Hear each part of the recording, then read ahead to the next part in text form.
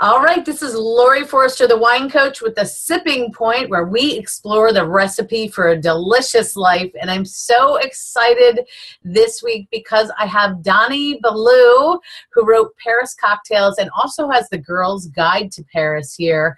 Doni, welcome to the show. Thank you so much, Laurie. I'm just thrilled to have this discussion sort of transcontinentally. It's just wonderful. Exactly. And did I pronounce everything correctly? Well, nobody ever pronounces my last name right. Okay, so get me right.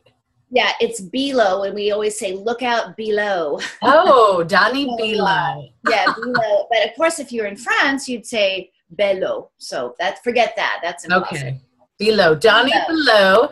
And we're going to get to your book, Paris Cocktails, but the whole idea here is that you and I are having a virtual happy hour. So we both have cocktails from your book. So why don't you tell me what you're going to be sipping during the interview? I'm very excited. I think that sort of virtual cocktail hour needs to go on more and more on the web, and it just makes computer time just so much more fun, for sure. But today this evening, it's really just coming on cocktail time here, about 5:20. So I'm having a soirée, le soirée. Ooh. It's in the book, and it's actually one of the cocktails that we created for the book. Most of the cocktails in the book were given to me by just really the best mixologists in Paris. But we also decided to take some classics and Frenchify them. So this cocktail has French gin, which is Citadel gin, a superb gin, not too junipery, which I don't particularly like myself. And it has Pamplemousse Rose, which is a liqueur made in France out of grapefruits. And the smell is unbelievably wonderful, as well as the taste. It's also great with champagne. I actually have a recipe in the book, just putting a little bit of this with some rosé, sort of for a nice little brunch. So I've got it all mixed up, and should I go ahead? Yeah, go for it. Let's hear it. Shake it like you mean it. Yes, exactly. So this is an ounce of, yes. Exactly. An ounce of the Pamplemousse Rose with 2 ounces of the gin, and then half of basically half of a lemon. So otherwise the Pamplemousse Rose can be a little sweet. We chilled our glasses. Ideally you have a coupe glass, the sort of old-fashioned martini glasses. Right. I'm actually pouring 2 because I am here with my friend Gretchen, who... Hi, Gretchen! Yeah, Gretchen's here. She's my support off camera. And she is actually someone I went to boarding school with. So that was just a year ago, just like 3 or 4. And little twist of lemon. And it's actually a pretty strong little drink. Yes. I'm going to go ahead and taste it. Sure. And while you're doing that, I'll tell everybody what I have. It's called a French 75 squared. Oh my gosh, this is gorgeous. Look at it. I didn't put my champagne in yet, but it has gin, the Saint Germain, which is the elderflower liqueur, and half an ounce of lemon. I just made 1 serving. And then you pour your sparkling wine or your champagne right on top of that. Couple of cherries and a little, you called it a lemon horseback, I think. Horsetail. That's a horseback. And it's a very sexy little twist because it's supposed to hang down like that. Yeah, I love it. So cheers to you and everybody out there listening in, watching right now. I'm going to take a little sip. I always like the French 75, so this is a new take on it. It's just got the champagne. It's actually always has the champagne. It's the elderflower liqueur that adds the twist. Yes, it's so beautiful. This is from page 95 in your book, and really easy to make. I'm not a mixologist, but certainly I love that there's wine in here. Yes. I've made it so much more fun. Okay, So let's get to the beginning. How you developed this love for Paris and your passion. I mean, my whole business and passion is wine and food, and that's what I do. And you've built your whole business around your passion, which is all things Paris. How did you come about? You have the Girl's Guide to Paris, you have a membership, you have walking tours, you have the Paris cocktail book we're going to talk about in a little bit. Where did this begin? Good question. Actually, There was something always there inside me, a love of France in general. But it was really the second time that I went, which was in the late 80s. I want to say 88. My husband and I were just married. And my sister has had a house in France for that long, believe it or not, down in the Aveyron. We visited her, and then we went up to Paris. And we were staying in this little Hotel L'Université, which is still there on the Rue de l'Université in the 6th. And I remember grabbing a hold of the bed and saying, please don't make me leave. This is the perfect town. Why would you ever leave this place? So, it was from the early 20s that I really felt this was my place. I don't know what it was about Paris, but I just was afflicted or addicted immediately. And, I've done a lot of things since then. I was in the film business and I did not-for-profit and political work. And finally I said, you know what? I'm just going to do what I love the most. And it's going to center around Paris, and this will force me to have to go there more often. Oh. And I bought a house, an apartment in the year 2000 in Paris, sort of it's almost like on a dare. It was a crazy thing to do. People said, why are you buying a place in Paris? That's crazy. How can you possibly get over there?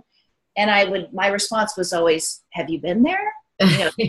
You wouldn't even ask me that if you've been to Paris. If you can figure out a way to pinch your pennies or rub them together and create more and buy something in Paris, you should. And that's my philosophy. But anyway, I've just been in love with Paris since forever. Wow. And so your newest book here is all about cocktails, but is it the culinary scene, or is it the architecture and the culinary and the people and the fashion? Is it the whole sides of Paris? I think it's a great question. I used to have a radio show as well, and I always asked everybody that question, and everybody comes up with something different, a little bit different. But it's something. I mean, God, I hate to use the cliche "je ne sais quoi," but there is something about Paris, in particularly that women love. I mean, they dream of Paris, and I guess that's also me. It's just, there's something magical about Paris, and I think there's a sense, and this is true of going away anywhere. There's a sense of freedom that you have when you're out of your own city, you're out of your own country, but it is a incredibly beautiful place. I would argue it's the most beautiful city in the world. Wow. And it's also, completely preserved. It wasn't bombed to smithereens like Berlin and even London, and it's intact. All the buildings except for the terrible Montparnasse Tower, almost all of them within the Périphérique are old. So you're in this living museum, but yet it's very vibrant. There's all these exciting, new things going on even right now in 2016. So, I think it's sort of the best of both worlds. It's history, it's beauty, and there's a femininity to the town that we don't have in New York or London. There's a very distinct feminine quality to it, because beauty and sort of a little bit slower pace of life is sort of at the epicenter. The art de vivre, as they say, is at the epicenter of how the French live. And the way of living is so much more important to them than to us. I mean, obviously we all want to live, happily, but we're a little bit more focused on, working and making money than they are. Good idea. Have a sip too. I know. Well, I have not. You're probably going to cringe when I say this, but I have not been to Paris. I know. I've flown through Paris to Bordeaux, Loire, Languedoc, but I have not had a chance to explore Paris. So that's on my bucket list. So you're going to be my source of information when I get there. Absolutely. I know from my travels in other places in France and in Italy, everything's beautiful and well made, I feel like. And when people go shopping over there, I think it's surprising to them because there's not a lot of Walmarts and very cheap stuff, but there's very good, well-made items that you could have for a long period of time. And that's what I've always loved about Europe. It's a philosophy too. I mean, I believe I'm going to be writing another book. I just got an offer from another publisher Don't want to jinx it by, saying exactly, but it's going to be also about Paris. Yay, hopefully. Fingers crossed. But it's sort of one of the themes or the conversations in this book is going to be talking about how, shopping. So if you shop as a Parisian, you will go out maybe to 3 or 4 places in 1 day, 2 days, or a week just for one sweater. So that's not our philosophy. Like it's not at all ingrained in me. I'm a big box, grab a whole bunch of stuff at a discounted price kind of personality. With I'm trying to wean my way out of that. Right. This way you have less, but you have more. 10 beautiful things rather than 20 ugly things or discount things that are going to fall apart. Right. So it's really a general philosophy you find actually all over Europe, not just France. I love that. So we'll get into the book in a second, but if people go to Girls Guide to Paris, what can they expect? What's there? Because it's a whole community, really. Oh, thank you. Well, it is, a labor of love, labor of passion. I started in 2009, and it's meant to be, and it is, an online guide to Paris.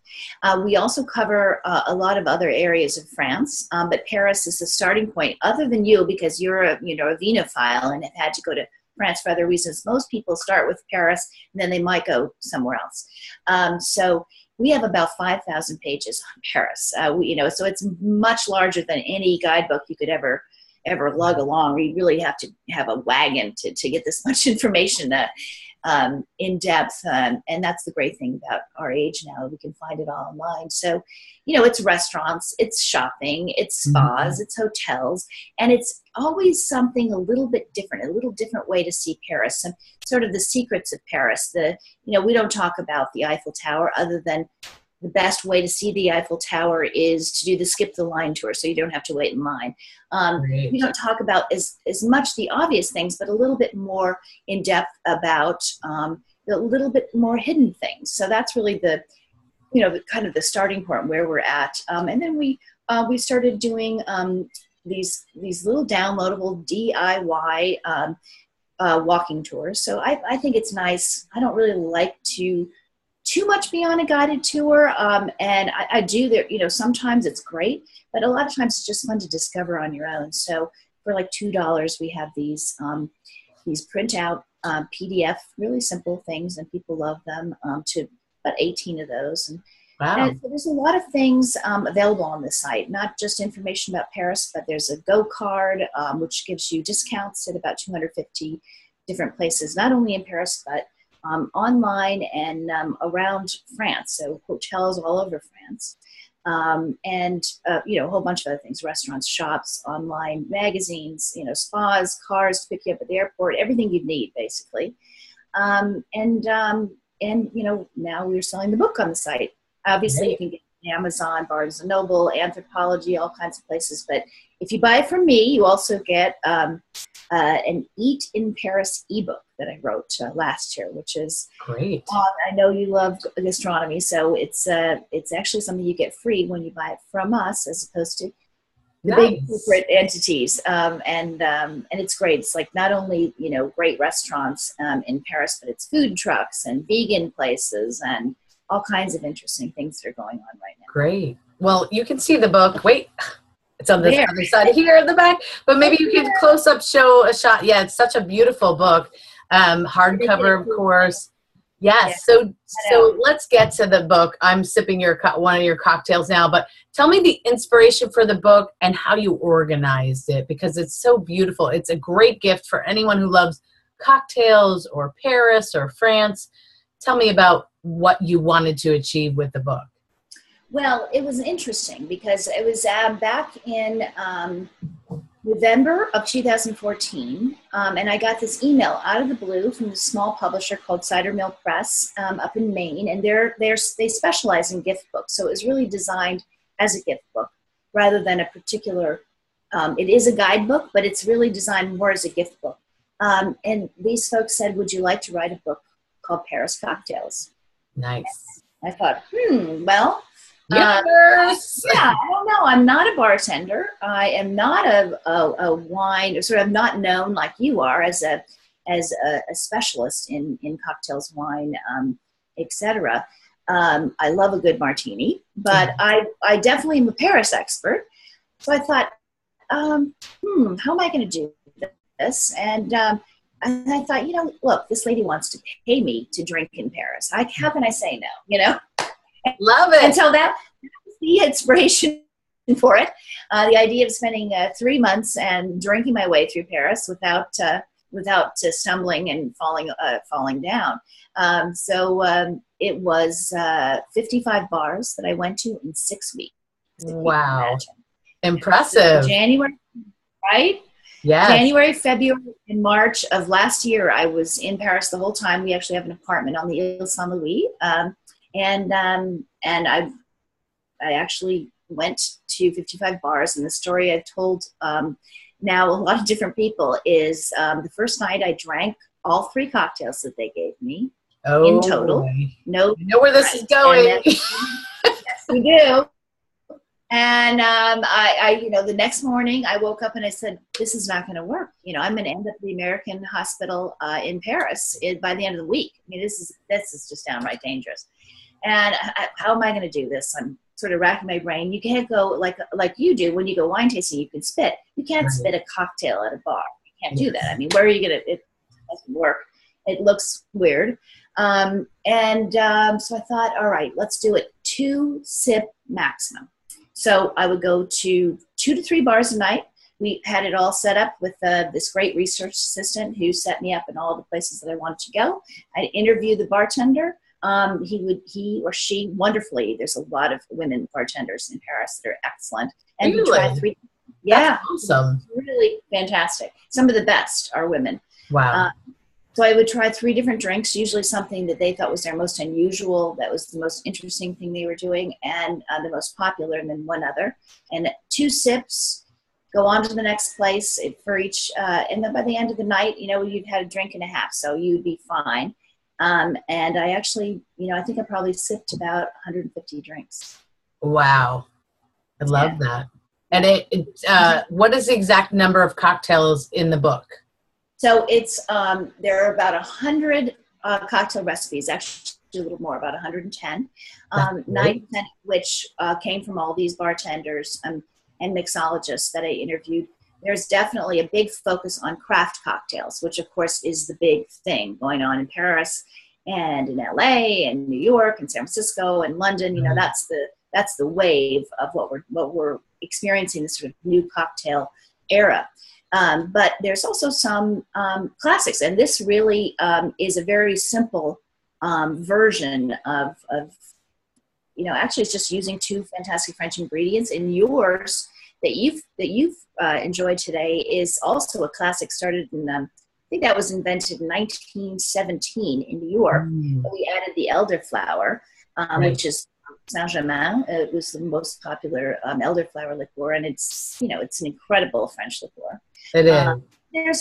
There is a myriad of amazing French products that I didn't know existed. French whiskey, French gin, French vodka, and all the liqueurs that have become so famous over the years. So, you're working with the best of the best. Reading in your book that cocktails have been around in Paris since the 1800s. I know. That was sort of I think you said the golden age was during our Prohibition time, was sort of a time for them in development of the cocktail, and probably here too, because it was a way to hide the liquor. Underground. Right? And that's how this new kind of craft cocktail revolution started back in New York and in London, sort of in maybe I want to say 8-9 years ago. This return to the classic cocktails started by a few of these speakeasy places opening. There's one called Death and Company in New York, and they opened down in California as well. And they've got a great cocktail book out there. And then these 3 French guys saw that and what was going on in New York, and they started a place called Experimental Cocktail Club. Also speakeasy style, and very much of a hipster thing with, the guys with the mustaches and so forth, or the beards, Right. But then they took and started doing classic cocktails, But then they were making sort of their own take and spin on these classic cocktails. So beefing them up, changing them, and then starting to experiment. And that's where the whole craft cocktail craze started. Right. They were really just 2 years after New York and London started it. And it's, you know, I mean, we can talk a little bit about craft cocktails if you like, because it's not something everybody really knows about. I mean, it's so exciting for sure. But so if people get the book, how did you organize the cocktails? Because there's different sections and there's so many different types of cocktails. How did you kind of lay it out? Yes, that's actually a great question. And this was where, being a first time, I've written an ebook and obviously written tons and tons and tons of blog posts and articles and magazine stuff, but never done a book. And that's where the publisher came in. She wanted to have it be something you can read through and enjoy rather than have it just be a guidebook, which I think makes a lot of sense. And that makes it more interesting as a gift as well. So it talks, you know, about what craft cocktails are. It talks about the history, and then, you know, each, instead of, you know, kind of arranging it by the liquor, which is a lot of times what you see in a lot of these books, we arranged it by sort of sensibility, if you will. So there's a section on, you know, DIY, sort of like do-it-yourself drinks. There's jazz era cocktails, you know, and in each area there's wine. Sort of, we covered wine bars, and we have wine and champagne cocktails. You know, there's a whole section on holiday, and this is a section called en plein air. So that's, you know, places in Paris. So it's not just the recipes. We also have 100 bars in here. That are 75 in Paris and 35 around the world that we call Francophile bars. So if you're missing Paris, you're missing France, and you're in New York or London or Minneapolis or Miami, we've got someplace for you to go. But, you know, so, you know, I think it was arranged in a little bit more interesting way than just by vodka and gin, and that's sort of expected. So we wanted a little bit more fun, more like a story. And we also included, and this is a fun thing, sort of interesting French themed cocktail parties that you can have. So one is like a midnight in Paris party where you ask people to come dressed up as a character from the film. I've got a DIY, you know, make your own drink cocktail party, so you can really try and create cocktails. You know, we've got a sparkling joyeuse fête kind of party, so really appropriate for a birthday or, you know, New Year's Eve. So a lot of fun ideas. We want to really make it about not just about like, here's some cool cocktails from Paris, but also to empower people, because this movement of these new cocktails and craft cocktails in general are about sourcing ingredients and trying to mix some different things that you've never thought of before, using herbs in cocktails, using, you know, heat, like something spicy. There's a wonderful spicy margarita in there.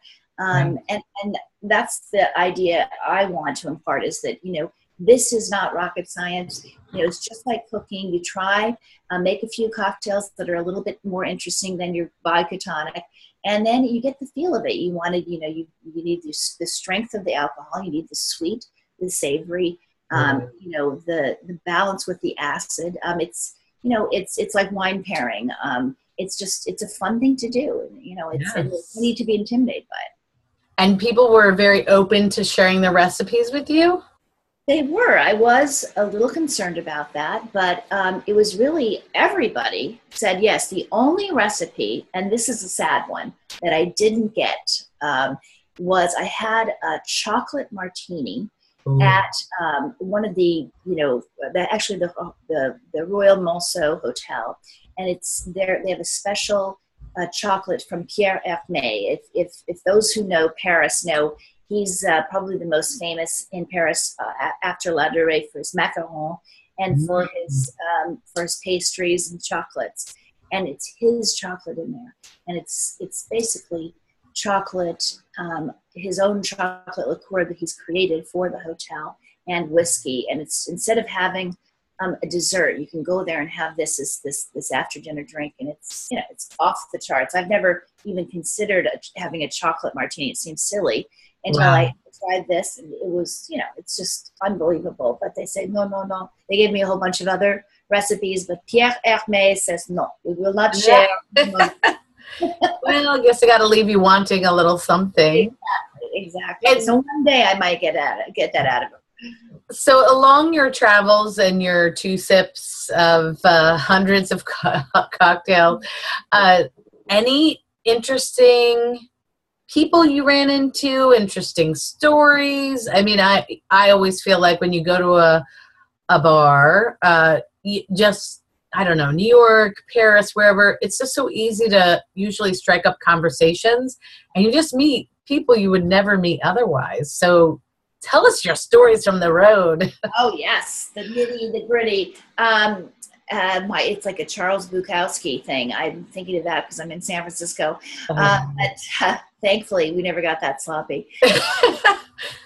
But, I had an incredible time meeting the bartenders, the mixologists, and particularly oftentimes the owners of these bars. So what is really exciting to see that's happening in Paris is these young people are opening these bars.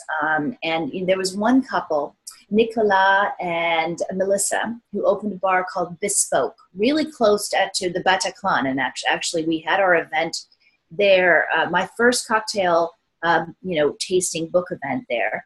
Because they were so unbelievably nice. And it turns out they're from Marseille. So that's why, they're not Parisian. Yeah. And to say that it's really true about Parisians, but these 2 are and they were 25 when they opened the bar. So people are taking chances on entrepreneurial ideas now much more than ever before. And that's because of some of the political changes that being the previous administration. But so that was exciting to see. And so these young, really young people, like really the same age as my son, actually are opening these amazing places, experimenting. Nicolas in this particular place makes a drink, which is in the book, called Capri, c'est fini. Capri, like the island is over. I don't know why. That's the title. I actually didn't ask him. But it's a rum drink made with grape cherry tomatoes. Now that sounds like the oddest coupling. It is unbelievably good. Like you can't, and he puts a little mozzarella and tomato stick on top. It's like a complete meal. It's not even bad. It's amazing. And then the other interesting and really fun things to have experienced were, I don't know if you've ever heard of Harry's New York bar, which is probably the most famous bar in Paris. I got to go there, and we had a long conversation with the people from Bastille Whiskey, who have a fantastic French whiskey, and it's actually at the Harry's New York bar, and with the general manager, and had a bunch of different drinks. But what's interesting about Harry's bar is it opened in, I want to say 1911. Before, it was in New York. It was actually a bar in New York. The gentleman who owned it at the time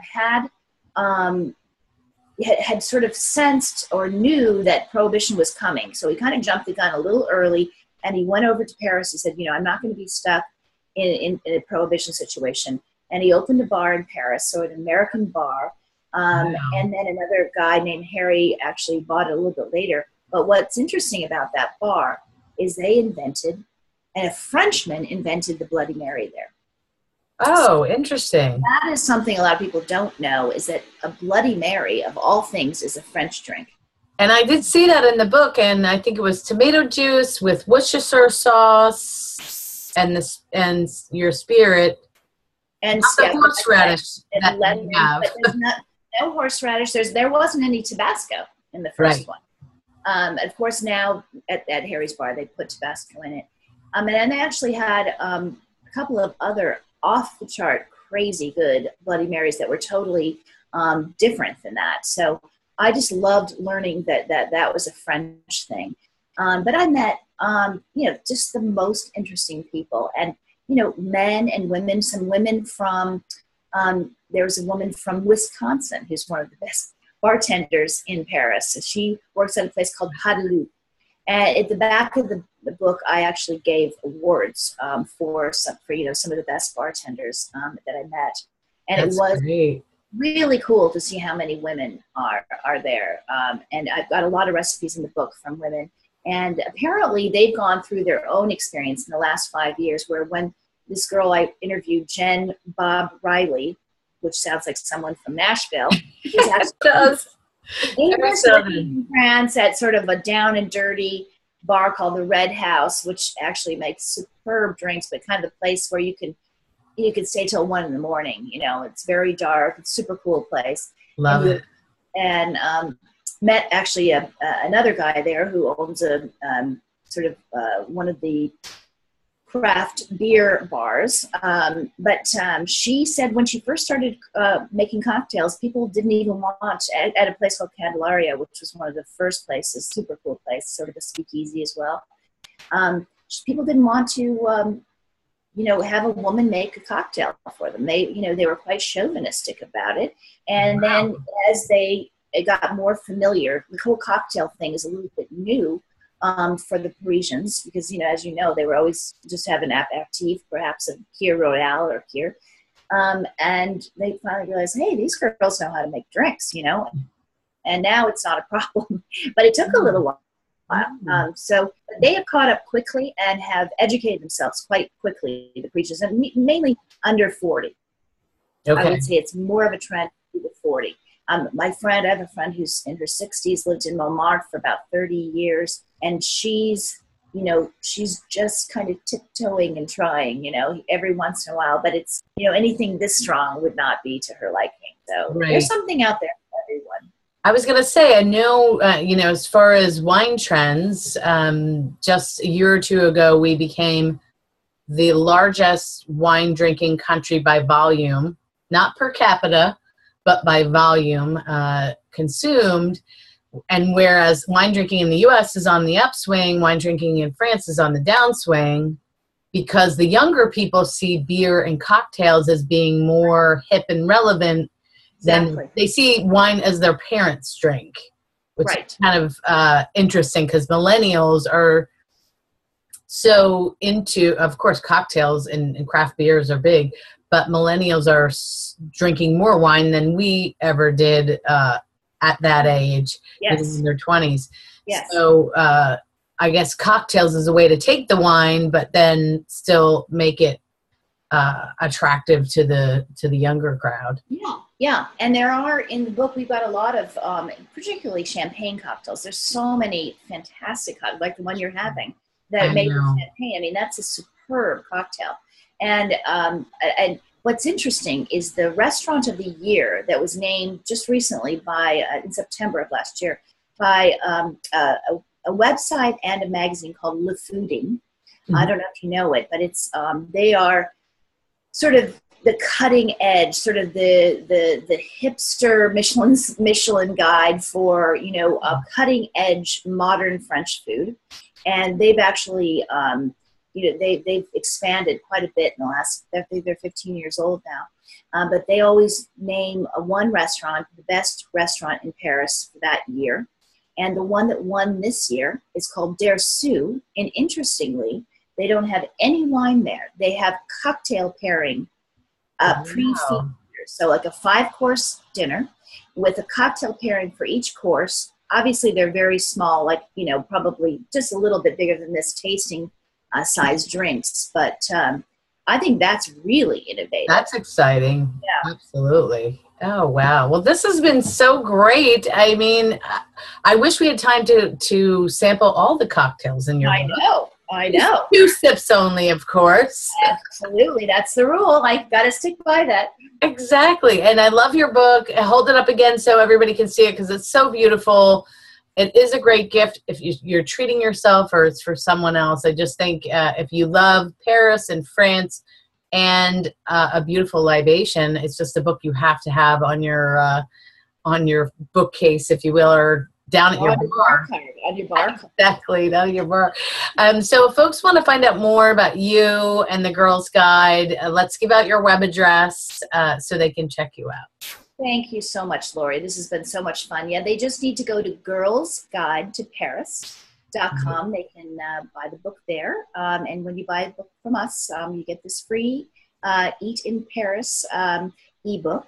And there's a lot of other things. We're actually renting out apartments now in Paris. So we're kind of a one-stop shopping place for anything that you're interested in with regards to Paris. And a lot of people just hang out there, even if they can't make it to Paris, just to get a little French fix. Right. And I love that. You're giving people options in the book to experience Paris here in the United States, because sometimes you can't always jet over there. No, I mean, let's face it, a lot of us were lucky to get there once in our life, but you can bring it home, via cocktail or little even having a little cocktail party. So thank you so much. I really appreciate this. Oh, of course. So Doni Belau, as they might say in France. Did I do that right? Yes, very, very good. From Girls Guide to Paris. I love your book, Paris Cocktails. This has been so much fun. Thank you so much for being on the Sipping Point, and just raising my glass. I have a little bit left to you, and cheers. And we'll say santé in French. Ah, santé. Merci et bonne soirée.